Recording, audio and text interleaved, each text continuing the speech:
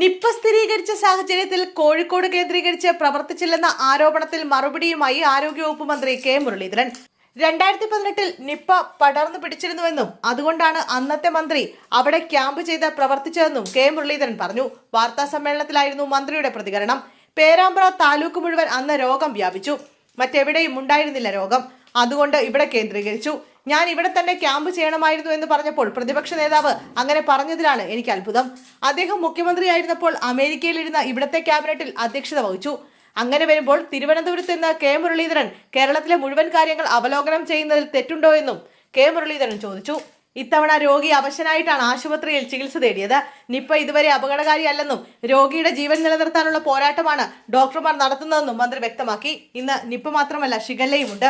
രോഗിയെ അഡ്മിറ്റ് ചെയ്യുന്ന അടക്കം എല്ലാ കാര്യങ്ങളും ചെയ്ത ശേഷമാണ് താൻ മടങ്ങിയത്. സെൻട്രലൈസ്ഡ് പ്രവർത്തനത്തിന് കുറെ കൂടി സൗകര്യം തിരുവനന്തപുരത്താണ്. മാത്രവുമല്ല നിപ്പ വ്യാപിച്ചിട്ടുമില്ല. കൂടുതൽ നിപ്പ പോസിറ്റീവ് കേസുകൾ റിപ്പോർട്ട് ചെയ്തിരുന്നെങ്കിൽ അന്ന് തന്നെ തിരികെ വരുമായിരുന്നുവെന്നും കെ മുരളീധരൻ പറഞ്ഞു. മരുന്നുകൾ ലഭ്യമല്ല എന്നതടക്കം നിരവധി വാർത്തകൾ പുറത്തുവന്നു. തന്നെ രാഷ്ട്രീയമായി ആക്രമിക്കുന്നതിൽ കുഴപ്പമില്ല. താനിത് കുറെ കണ്ടതാണ്. വെടിക്കെട്ടുകാരനെ ഉടുക്കുകൊട്ടി പേടിപ്പിക്കേണ്ട. എന്നാൽ ആത്മാർത്ഥമായി പ്രവർത്തിക്കുന്ന കുറെ ഡോക്ടർമാരും സ്റ്റാഫുകളുമുണ്ട്. അവരെ കൂടി ബാധിക്കുന്ന നിലയിലേക്ക് കാര്യങ്ങൾ പോകരുത്. ശക്തമായ നടപടി സ്വീകരിച്ചിട്ട് മരുന്ന് കിട്ടുന്നില്ല എന്നത് പറയുന്നത് ദൗർഭാഗ്യകരമാണെന്നും മന്ത്രി പറഞ്ഞു. നിപ്പ റിസൾട്ടുമായി ബന്ധപ്പെട്ടുണ്ടായ ആശയക്കുഴപ്പത്തിൽ മന്ത്രി പ്രതികരിച്ചു. അന്ന് താൻ വാർത്താ സമ്മേളനം നടത്തിയത് 5:30 ആ സമയത്ത് റിസൾട്ട് തനിക്ക് കിട്ടിയില്ല. പിന്നീടാണ് 1 മണിക്ക് വന്നിരുന്നു എന്നറിഞ്ഞത്. എന്നാൽ CHS ആ കാര്യം അറിയിക്കുന്നത് 6 മണിക്കാണ്. കളക്ടർ വീഴ്ച വരുത്തിയിട്ടില്ല. DHS വിവരങ്ങൾ മറച്ചുവെക്കുകയായിരുന്നുവെന്നും മന്ത്രി പറഞ്ഞു. DHS സർക്കാരുമായി പൂർണ്ണമായും സഹകരിക്കുന്നില്ലെന്നും വകുപ്പിൽ ചിലർ തൊരപ്പൻ പണി കാണിക്കുന്നുണ്ടെന്നും മന്ത്രി വ്യക്തമാക്കി. ഇത്തരത്തിൽ തൊരപ്പൻ പണി കാണിച്ചതുകൊണ്ടാണ് DHS റീനയെ മാറ്റിയതെന്നും ഇത്തരം ആളുകളെ ഇനിയും മാറ്റുമെന്നും ഇത് സർക്കാരിന്റെ വിവേചനാധികാരമാണെന്നും തുറന്നടിച്ചു. നിപ്പയിൽ നിലവിൽ ആശങ്കപ്പെടേണ്ട സാഹചര്യമില്ലെന്നും മന്ത്രി പറഞ്ഞു.